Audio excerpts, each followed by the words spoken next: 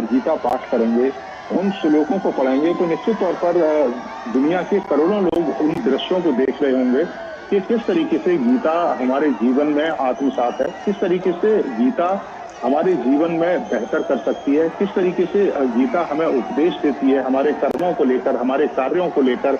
भगवान पूजा पद्धति को लेकर। क्योंकि जब कर्म की बात होती है तो आप देखें कि गीता साफ कहती है कि आपको कर्म करना चाहिए, और कर्म वो कर्म जो मन से किए जाए, गरीब लोगों के लिए किए जाए, भलाई के लिए किए जाए, समाज के लिए किए जाए, और उसको करने के बाद आपको फल की इच्छा नहीं करना चाहिए, क्योंकि जो ईश्वर है वो देख रहा है कि आप मेहनत कर रहे हैं और आप समाज की सेवा कर रहे हैं। तो जब आज लाखों की संख्या में जो लोग गीता के श्लोक पढ़ेंगे, प्रधानमंत्री खुद उनके साथ बैठेंगे, तो ये एक तरीके का आप समझें कि कितना उत्साह होगा उन लोगों में, उन छात्रों में, उन विद्वानों में जो सालों से गीता का पाठ कर रहे हैं, सालों से गीता का जो उपदेश है वो दूसरे लोगों तक पहुंचा रहे हैं। जब खुद देश का सबसे बड़ा व्यक्ति उनके बीच में बैठा होगा, और देखिए महिलाएं यहाँ मौजूद हैं, यहाँ युवा हैं, और ये आह्लादित तस्वीरें प्रधानमंत्री के आगमन पर वात्सल्य बरसाते हुए वहाँ पर पुष्प वर्षा के जरिए लोग, और जिस तरह से ये लगातार आप बता रहे हैं, ऐसे में अगर हम वैष्णव पंथ की बात करें तो संत माधवाचार्य जो हैं 13वीं शताब्दी में उन्होंने इसकी स्थापना की, और ऐसे में खास तौर पर जो महंत हैं, संत हैं, उनके जीवन को प्रेरणा स्रोत बनाकर आज का युवा क्या सीख सकता है, इस पर भी प्रधानमंत्री कई बार अपने मन की बात के कई ऐसे संस्करण हैं जहां वो इससे साझा कर चुके हैं। जैसे कि अगर हम भक्त कनकदास की कथा के बारे में कहें, जिसका अगर हम कहें नाम है वो उडुपी में लिया जाता है, खास तौर पर इस मठ के द्वारा। देखिए बिल्कुल लिया जाता है, और ये दिखाता है कि एक गरीब से गरीब व्यक्ति, एक जो समाज के सबसे निचले जो पायदान पर खड़ा व्यक्ति है, उस तक भी भगवान पहुंच सकते हैं जी। और आपके अंदर जो दृढ़ इच्छा शक्ति है वो होनी चाहिए। और आप देखें कि जिस तरीके से उडुपी जो मठ है, और खासतौर से श्री कृष्ण मठ की जो स्थापना की गई, और जैसा कि मैं जिक्र भी कर रहा था कि 8 अलग अलग मठ हैं जो श्री कृष्ण मठ की जिम्मेदारी उठाते हैं। हर 2 साल में जो एक तरीके से आप कहें कि पावर ट्रांसफर होती है, और जो अलग अलग मठ हैं इनका जो संचालन का काम वो करते हैं। तो ये माधवाचार्य का एक तरीके से लोकतांत्रिक रूप आप देख सकते हैं कि कोई किसी एक मठ को उन्होंने जिम्मेदारी नहीं दी। 8 मठ हैं, और हर 2 साल में अगर बेहतर करते हैं, और निश्चित तौर पर उसका जो फायदा है, यहाँ आने वाले जो तीर्थ यात्री हैं, जो धार्मिक यात्रा पर यहाँ पर लोग आते हैं, उनकी बेहतरी के लिए काम किया जाता है, और फिर 2 साल में काम करने के बाद फिर दूसरे मठ को जो जिम्मेदारी है वो दी जाती है। तो ये माधवाचार्य का जो लोकतांत्रिक जो स्वरूप है वो इस श्री कृष्ण मठ में दिखाई देता है। दूसरा आप देखें कि मैं एक जो कथा बता रहा था कि जब जहाज भंवर में फंसता है और वो उस जहाज को अपने तप बल से सुरक्षित निकालते हैं, तो कैप्टन उनसे जहाज में बहुमूल्य चीजें रखी हुई थी, उनको चुनने के लिए बात करता है, लेकिन वो एक पत्थर उठाते हैं। तो ये बताता है कि वो पत्थर उनके लिए कितना बहुमूल्य है। जो भौतिक चीजें हैं दुनिया की, वो शायद आपको कुछ समय के लिए तो हो सकता है संतोष दे पाए, लेकिन अंततोगत्वा या ये कहें कि लंबे समय तक वो संतोष नहीं दे सकती। संतोष वही दे सकता है कि जब आप अपने मन और ये तस्वीर कितनी अलग है अगर हम देखें कि वहाँ पर एक परिवार खिड़की पर खड़ा है और उसके हाथ में शायद आरती की थाली है। और अहम बात यहाँ पर ये समझ में आती है नीरज कि यहाँ प्रधानमंत्री कृष्ण मठ के मंदिर के दर्शन के लिए आए हैं, सामूहिक गीता का पाठ होने वाला है। कोई ऐसी फ्लैगशिप स्कीम नहीं है जो उडुपी को डेडिकेटेड है, लेकिन फिर भी यहाँ पर लोग किसी प्रलोभन, किसी लालच में नहीं, सिर्फ अपने प्रधानमंत्री, प्रधान सेवक की झलक पाने, उनके साथ वो भावनात्मक जुड़ाव महसूस करते हैं, वो प्यार महसूस करते हैं, जिसके लिए वो यहाँ आए। प्रधानमंत्री हाथों हाथ आत्मसात करते हुए इन तमाम भावों को, क्योंकि चाहे युवा है, कोई प्रौढ़ है या फिर कोई बच्चा, लेकिन भाव एक ही है, उस प्यार, उस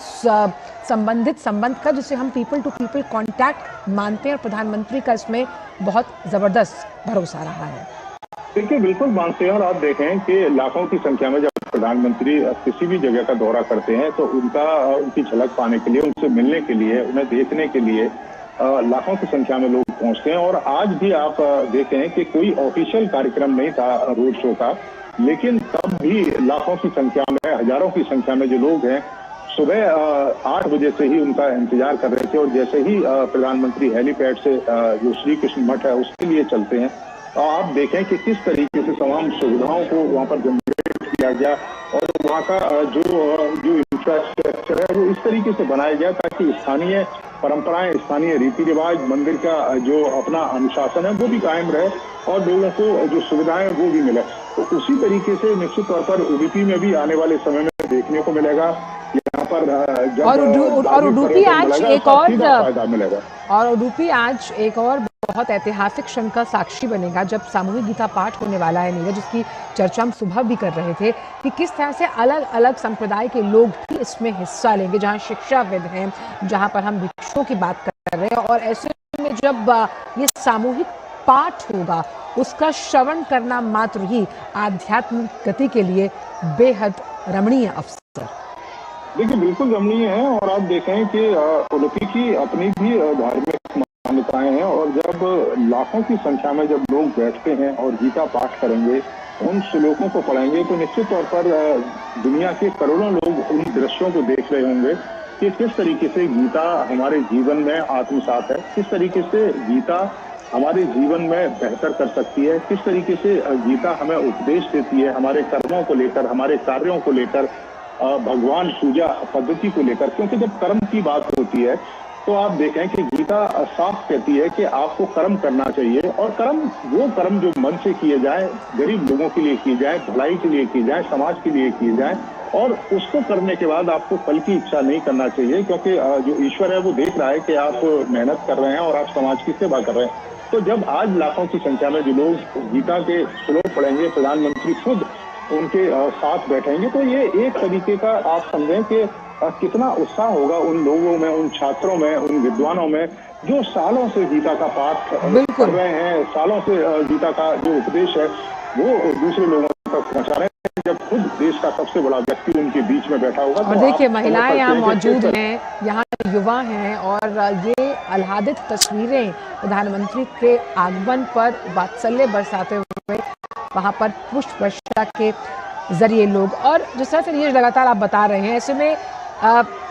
अगर हम वैष्णव पंथ की बात करें तो संत माधवाचार्य जो हैं 13वीं शताब्दी में उन्होंने इसकी स्थापना की और ऐसे में खास तौर पर जो महंत हैं, संत हैं, उनके जीवन को प्रेरणा स्रोत बनाकर आज का युवा क्या सीख सकता है, इस पर भी प्रधानमंत्री कई बार अपने मन की बात के कई ऐसे संस्करण हैं जहां वो इससे साझा कर चुके हैं। जैसे कि अगर हम भक्त कनकदास की कथा के बारे में कहें, जिसका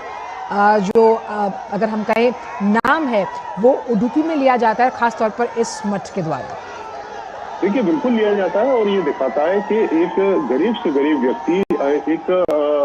जो समाज के सबसे निचले जो पायदान पर खड़ा व्यक्ति है उस तक भी भगवान पहुंच सकते हैं जी। और आपके अंदर जो दृढ़ इच्छा शक्ति है वो होनी चाहिए। और आप देखें कि जिस तरीके से उडुपी जो मठ है और खासतौर से श्री कृष्ण मठ की जो स्थापना की गई, और जैसा कि मैं जिक्र भी कर रहा था कि 8 अलग अलग मठ हैं जो श्री कृष्ण मठ की जिम्मेदारी उठाते हैं। हर 2 साल में जो एक तरीके से आप कहें कि पावर ट्रांसफर होती है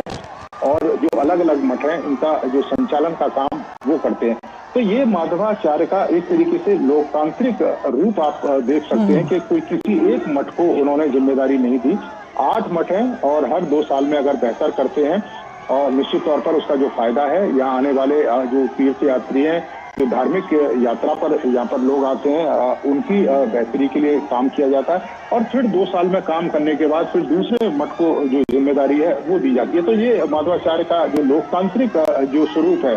वो इस श्री कृष्ण मठ में दिखाई देता है। दूसरा आप देखें कि मैं एक जो कथा बता रहा था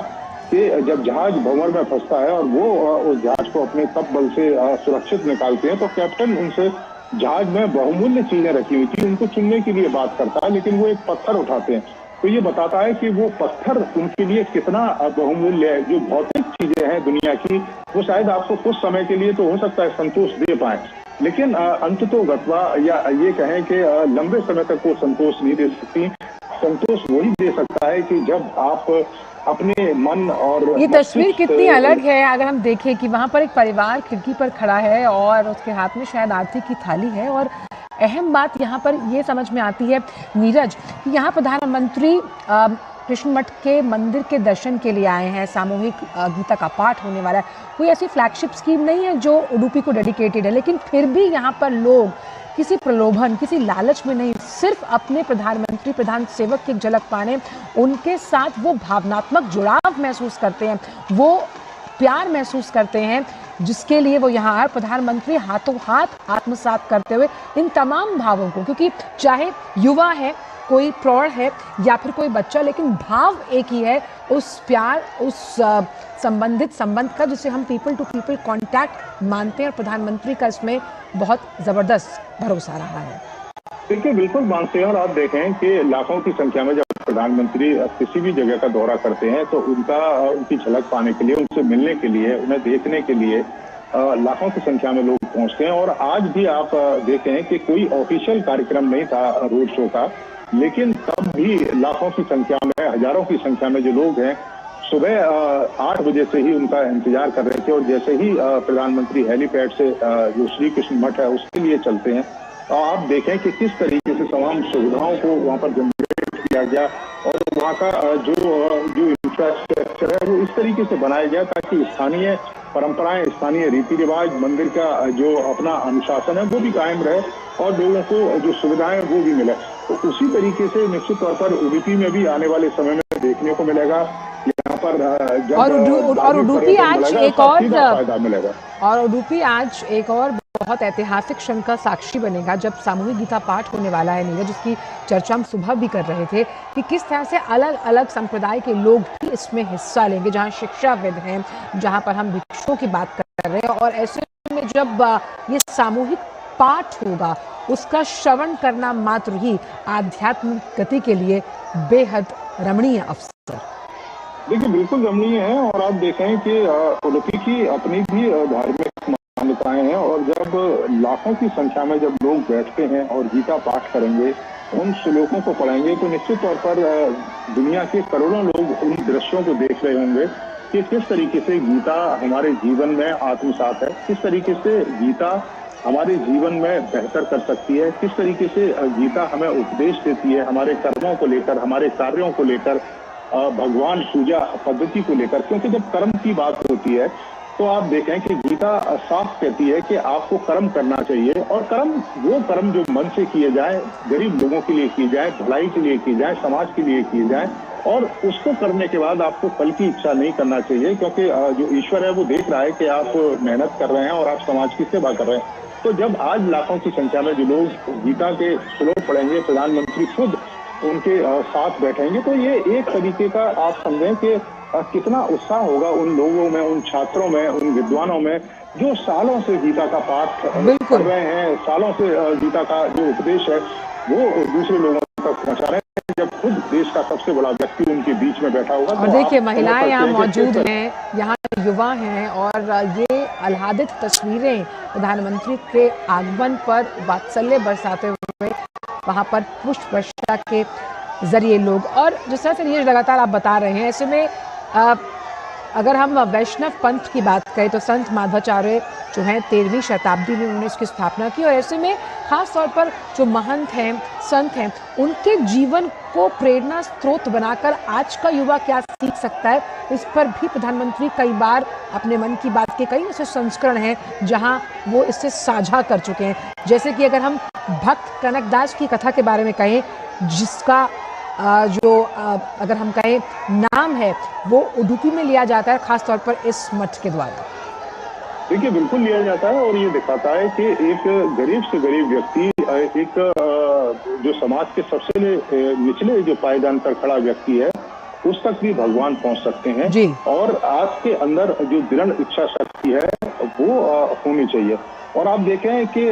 जिस तरीके से उडुपी जो मठ है और खासतौर से श्री कृष्ण मठ की जो स्थापना की गई, और जैसा कि मैं जिक्र भी कर रहा था कि 8 अलग अलग मठ हैं जो श्री कृष्ण मठ की जिम्मेदारी उठाते हैं। हर 2 साल में जो एक तरीके से आप कहें कि पावर ट्रांसफर होती है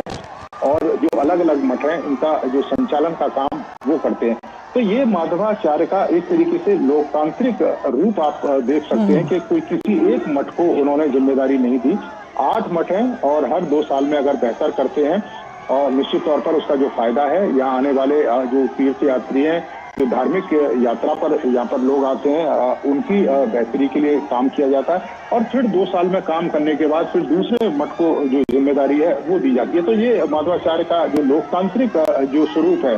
वो इस श्री कृष्ण मठ में दिखाई देता है। दूसरा आप देखें कि मैं एक जो कथा बता रहा था